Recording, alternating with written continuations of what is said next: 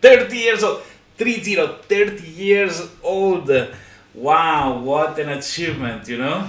Say Means nice that things to me in the comments. happy birthday to Barton. Happy birthday to Barton. In fact, I should have brought the portrait.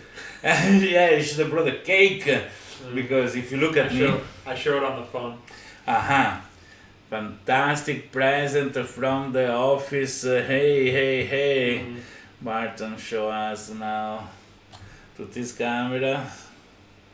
Go closer. No, it's too bright. I have We changed the gamma. We'll put it somewhere.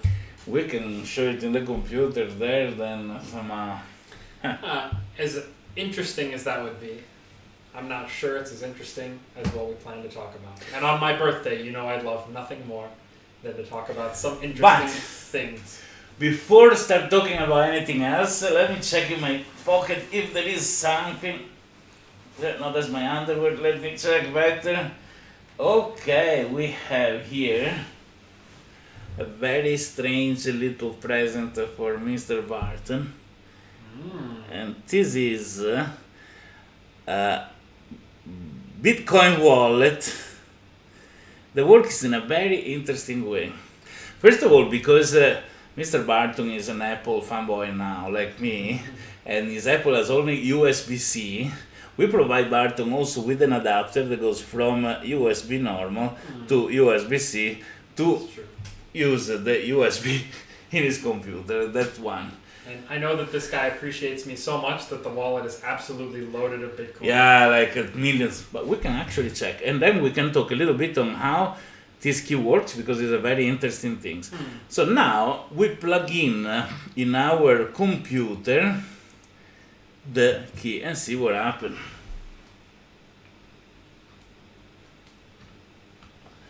Wow, the key is becoming all the color, and we have something here. Where are we?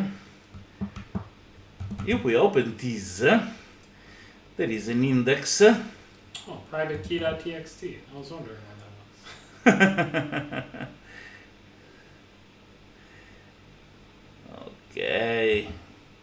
And now we can see that this is the address. I leave it here for 2 minutes because if some of you want to make a present to Mr. Barton, this is a Bitcoin address. You can scan it with your cell phone, send many Bitcoin to Barton, so you can buy his Lamborghini finally, because at age 30 everybody must have a Lamborghini, so it's not like, right? No, Lambo doesn't like Lamborghini. The Hammer, what do you want? The Hammer, the American. Just buy me guns. Guns and machine guns, okay?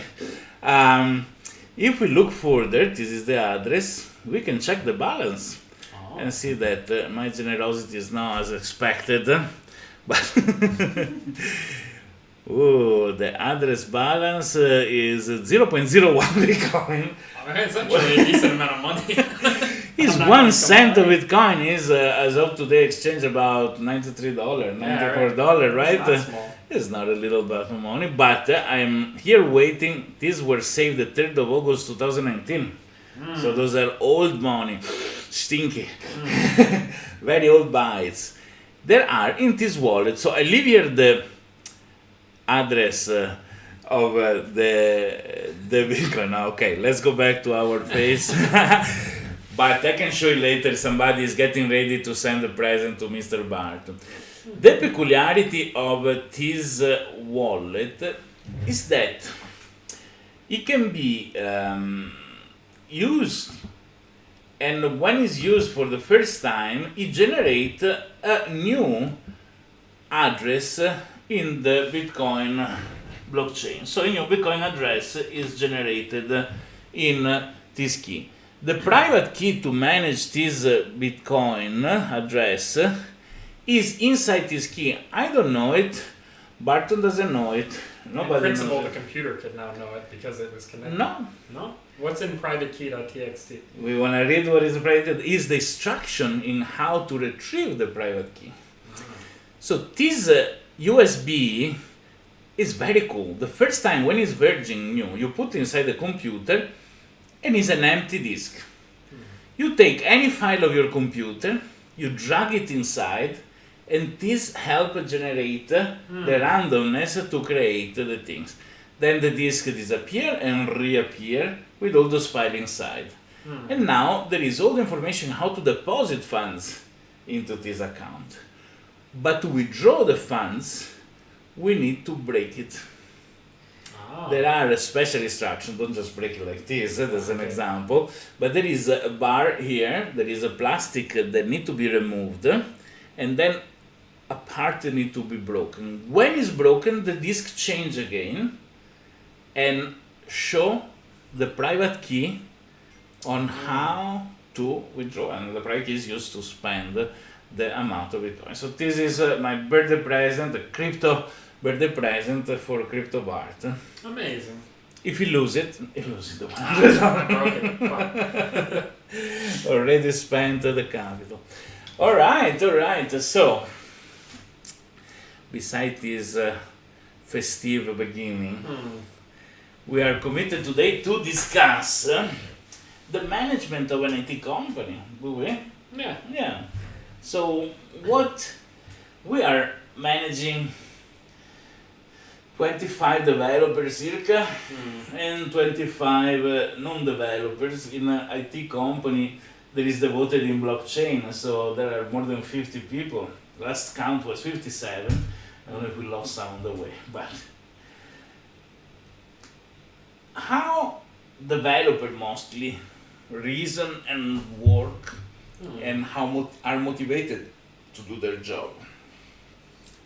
So I'm the CEO, and I overview more the entire going of the company strategy. There is the marketing, there is the implementation of software, there is all the legal aspect, there is the human resources aspect, there is all the accounting, banking, financial, etc.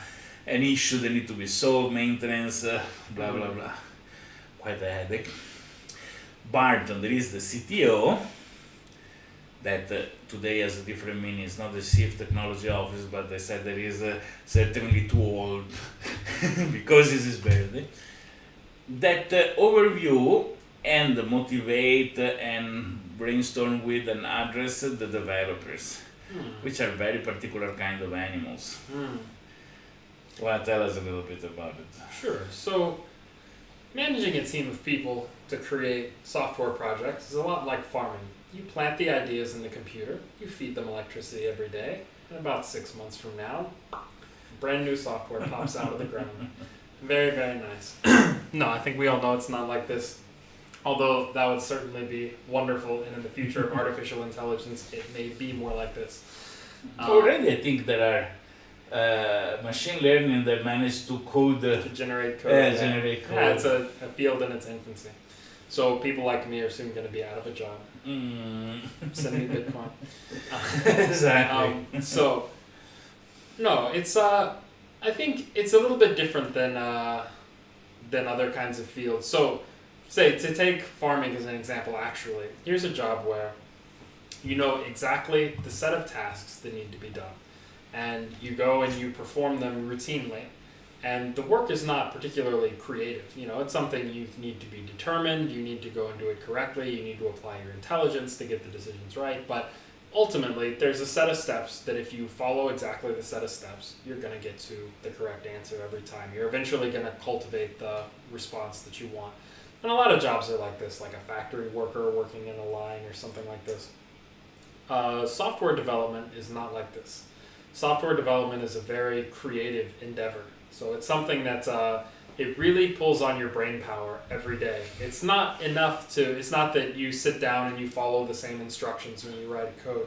You're confronted with a problem and you have to come up with a solution to the problem. And the different solutions that are possible in front of you all have different implications for how long it's going to take to write the code in the future, and whether or not it's going to be secure, and whether it's going to be a clean solution, whether it's going to create technical debt or problems that you have to. So all this thinking takes a particular kind of personality. It's like artists. An artist need to prepare the imagery for something, need to think how to illustrate it, need to start implementing the illustration.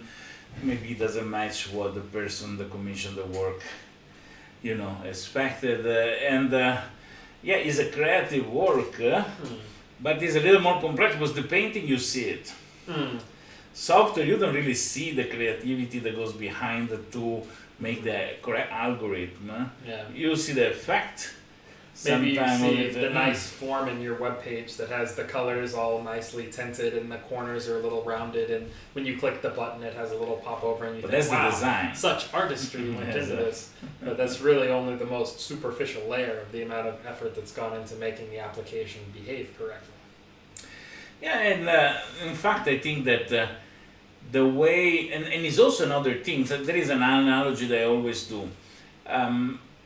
When people is paid by time or quantity, let's say in a factory, you do a certain job, you're paid a certain amount per hour. In another case, you produce something, maybe as many you deliver, and the quality control is okay, then you get paid by. In terms of creativity, it's hard because first the brain never stops thinking about the issue. So a developer that is facing an issue that needs to be solved with code probably is having dinner with a girlfriend and suddenly goes like, oh, and the solution comes to his brain. Means in the background his brain never stopped thinking about that if he's honestly doing this. And there are very bright developers that find solution very fast. And there are those that are less bright, that takes longer, or still because they need to learn, to know. And seems unfair that they get the same salary, the same amount of salary, even though at the appearance they work the same amount of time. Both come and work at the office at 9 in the morning, both goes home at 6 in the afternoon, both have 1 hour break for lunch. But one is producing way more. So my analogy is this: let's say I have a transport. Let's even take this one step further. When we say one is producing way more, the guy who's producing more value for the company may be generating significantly fewer lines of code. This is another thing that the quality of the code is something that you have to understand at many abstract levels to see the value. And in fact, in the past, something incredible, IBM was charging per line of codes. So IBM clients, large bank like this, were paying for as much code was written because that seems the quantity they give a value to the work done. And believe me, that's absolutely wrong because mostly for programmers like me that been working with Perl a lot, you can make a full application in a single line because it can be so compressed and so architected. But believe me, to write one single line, it can take you 3 weeks, because the complexity is very high.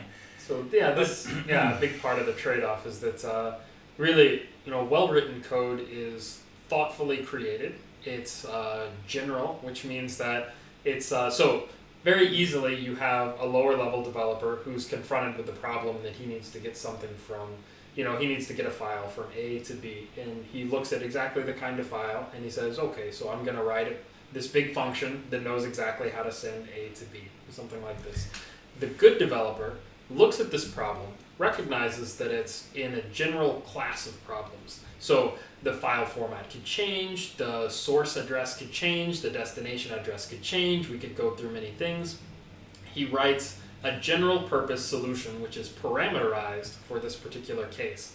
So the work that the first guy did, maybe it takes them the same amount of time to create this code. Maybe even it takes the good developer a little bit longer to create his solution.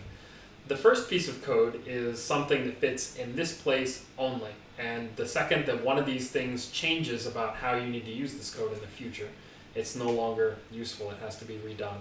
The second guy's piece of code, the minute that this new situation arises, now you just tweak a variable, you change a configuration, and the whole thing does exactly what you want because he solved the general problem, not the specific problem. Not only, but the code written by the first guy is because fits one specific situation. When the guy is coding another similar situation, is copied, pasted, modify, and reutilize again. So you're gonna find the similar code 50 times along the full application. And when you realize that there is a change that is essential in the core part of the code, you need to go find all the 50 places where this code is and change it 50 times. I have a funny story about that. Even from everything every developer does. From I went to translate a Unix software many years ago, and there was a simple form that was asking yes or no. in any normal developer brain, you create a form and you return the answer yes or no. This form yes or no was copied something like 380 plus times along the whole code, exactly the same. I was translating from English to Italian, so I had to go through and find exactly the same piece of code, and I realized how bad is this software being coded. But by IBM standards, it would be more expensive. Oh, way more expensive. For having so many more lines of code than the other solution. So this boils down that evaluating the quality of somebody's work. Or for example, you see that sometime you walk in the office, there is some developer that is playing a video game. Is this to be condemned as is not working, is playing video game?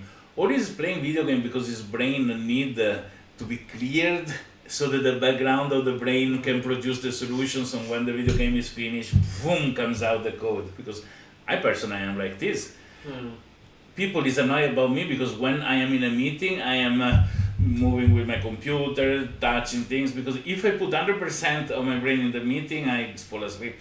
I cannot give attention. If it becomes a sort of background, the attention is 100% there on the content, because I remove the other part that be wandering around about the topic that is being spoken in the meeting.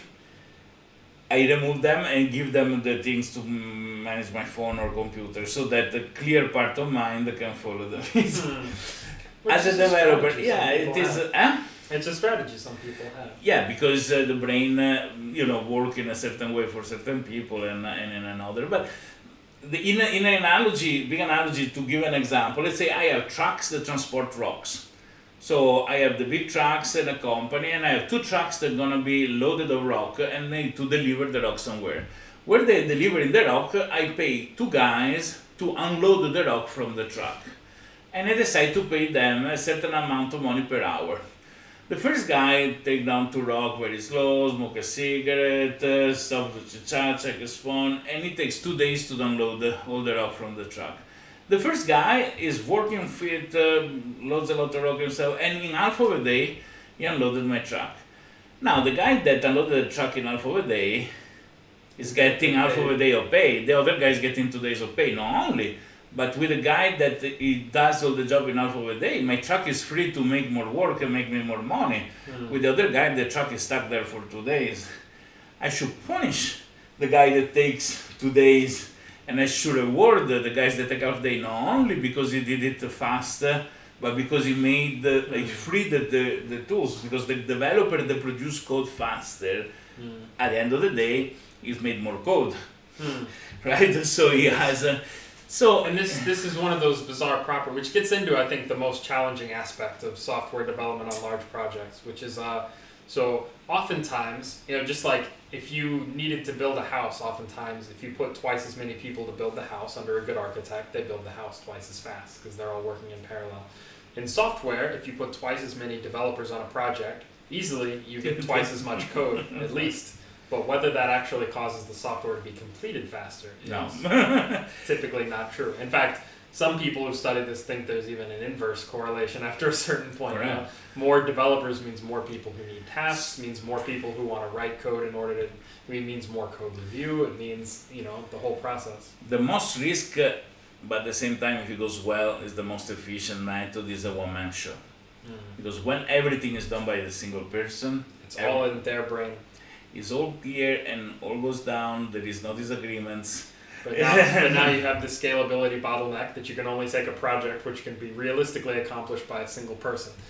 And in the real world, typically, as much as we'd like to have the efficiency of one person imagining and constructing the whole thing. I personally did a nice project as just by myself, but it's not really human. People end up not sleeping at night, tearing their hair off their head.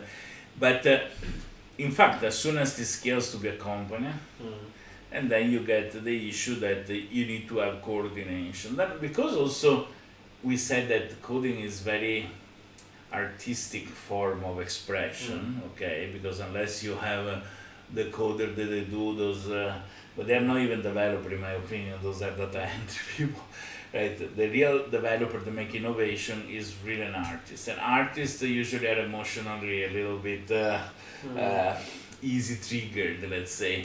So in a large group, there is going to be a lot of issues that are not related to the coding aspect, but to the person-to-person interaction aspect. I manage a lot of IT company in my life, and I always thought that I can go and handle a kindergarten very much.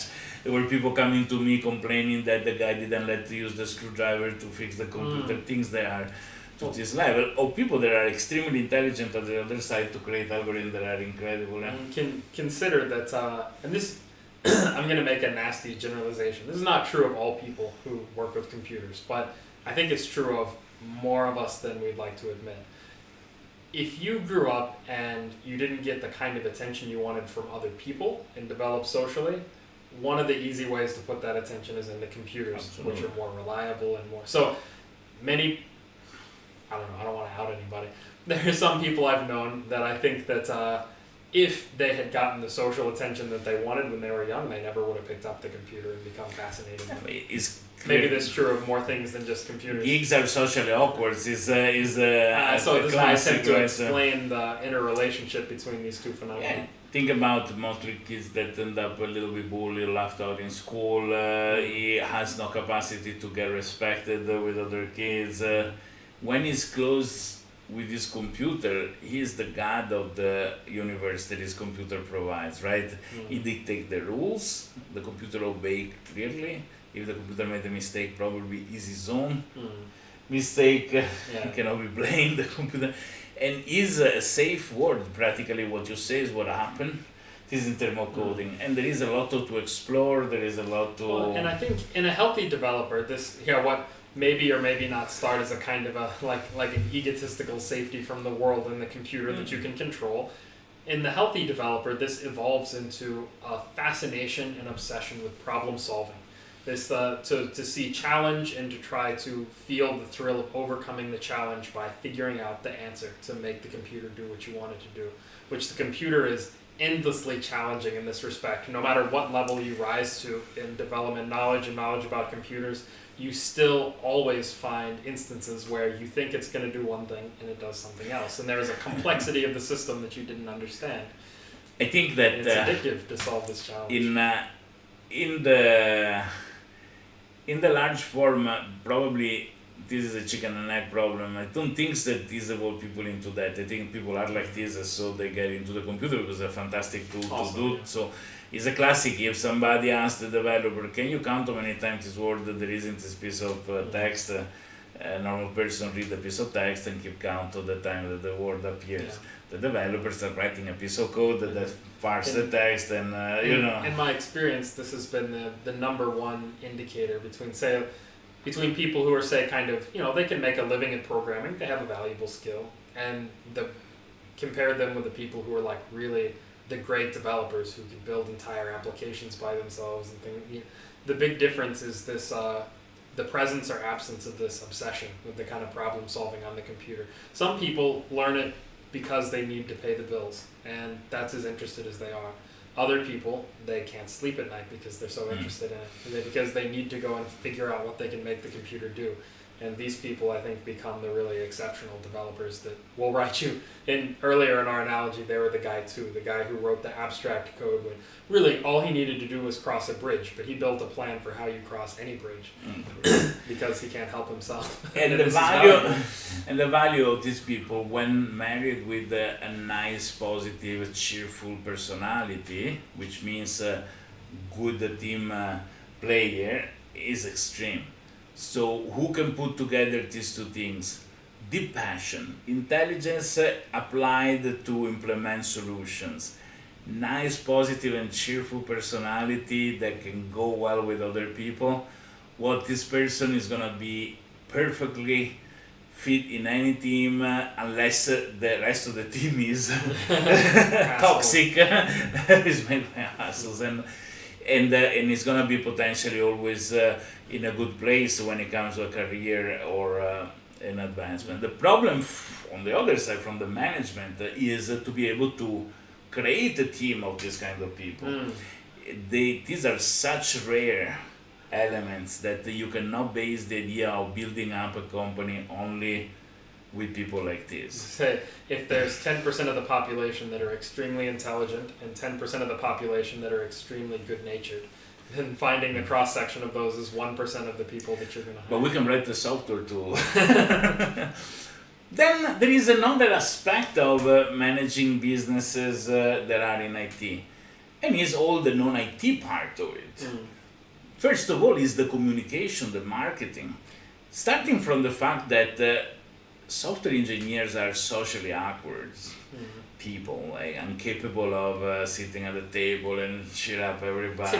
Typically, okay, obviously there are the exceptions like me, for example.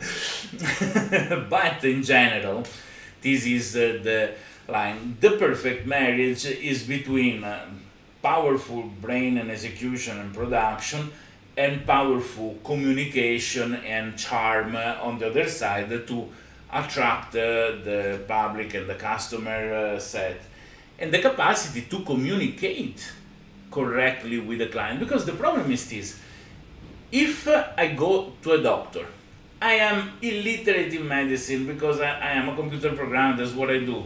And when I go to the doctor start telling me, yes, because the microfibromes, the connected, he can talk half an hour. I'm gonna look at the doctor and say, sorry, I have no idea what you told me. How do I am good or bad, what I need to do? Tell me in simple words. And it becomes a challenge for the doctor to transform, the way that for him is normal to think and to communicate with the terminology that refer to precise things for him, in a language that that I am illiterate in medicine can understand and make good use of it in a constructive way for myself. There was a very nice joke. I don't remember this medicine that you put is called suppository, right? Yes. Yeah. Then there is these farmers that go to the doctor. The doctor prescribes this suppository for them, and they go home. And they read the instruction and they cannot make sense of how to use them. So they call the doctor. The doctor says, "Oh, you need to take them manually." And what it says, I don't know what it is. So they don't understand. Call again. You need to apply them in your rectum. They don't understand. They call again, and the wife says, "Stop calling the doctor. He's gonna get upset." So they call the doctor. The doctor says, "You need to put them up your ass." And says, "See, I told you the doctor was getting upset." It is to say that the communication aspect in a complex kind of business such as software implementation is key, not to create a lot of confusion between a client that don't talk the language that developers talk or the software architect talk, and vice versa. And once the goal is to build something that has to be understood by both sides without creating disappointment of wrong expectation on each side. That is entered a very delicate aspect in business management. There's one that I want to get to, but this one is probably precursor. It's one that comes first, which is that. And this Thank you for translating precursor to a language that I can understand. It comes from, just in case you didn't know. Exactly. Thank you. The precursor is the one that curses first. So this is one that I think is more common from development to other things. So say, for example, if you want to build a building, the very first phase of this is you have to first you have to express what you want out of the building, why you're building it. After that, some people take some architects to come to a set of blueprints that show where the wires are going to run, where the water pipes are going to run, where the windows are going to be, how tall the rooms are, how many pillars, blah, blah, blah. All of this very specific information. And finally, once this architecture is completely approved, you can actually give to some guys to start executing and building the project. This part is the same in development. There's another part that's different that I'll get to after. This part is similar with development in the sense that really, you have to, you have to go down to the detail on every single thing. If you're going to take a large software project, you have to clearly communicate between both the people buying and the people building it precisely what is supposed to be built to make sure that everybody's in agreement. Now, for a house, the value of this thing is obvious to most people because a house is something that's very concrete and tangible. And the people can Most people refer to can imagine, what because it is. they've been inside a lot of rooms before, what it's going to be like to stand inside this room, and if they're going to hit their head on the door, and if they're going to be able to see the town from the window. In software, this is much less frequently the case. So people know that they want a software to do something. They have a business goal. You know, it's not their fault that they're not programmers. They have a business goal that they want to solve. Exactly what pages in the application, what forms and what buttons do what, and how somebody logs out. All of this is ancillary to their business goal. It's not the point of what they're trying to accomplish. However, for the people who are actually going to build the software, having these things and an extremely clear blueprint before they start the work is the critical aspect of success. You have to know exactly what you're going to build, because as much as the client doesn't realize exactly the shape of what they want to build in the beginning, and they'll tell you, oh, you should go start working on it. Later, when you start to show them what you've built, they do know their business, and they know when what you've built is not going to solve their problem the way that they expect. And so oftentimes if you go and build software for 3 months and come back and show them because they waved their hand at the beginning, then they come back and you see, and they say, no, it can't work like this. Obviously it can't work like this, because I have, this kind of warehouse, and these warehouses have these codes, and, obviously you can't have a form without the warehouse code field, and like, how could you have been so stupid? And vice versa, and the developer says, I told you that the specification of the array cannot address and index this thing, and it's so stupid as that. So there's a big communication difficulty in people who don't understand software but need it built, and people who do understand software and try to build it. And it's a very critical area to make sure that they can really come to terms. And that's where most IT companies, they have an excellent skill set, end up failing and end up sued by client, and because there is no framework in the standard operating procedure, if you want, of the company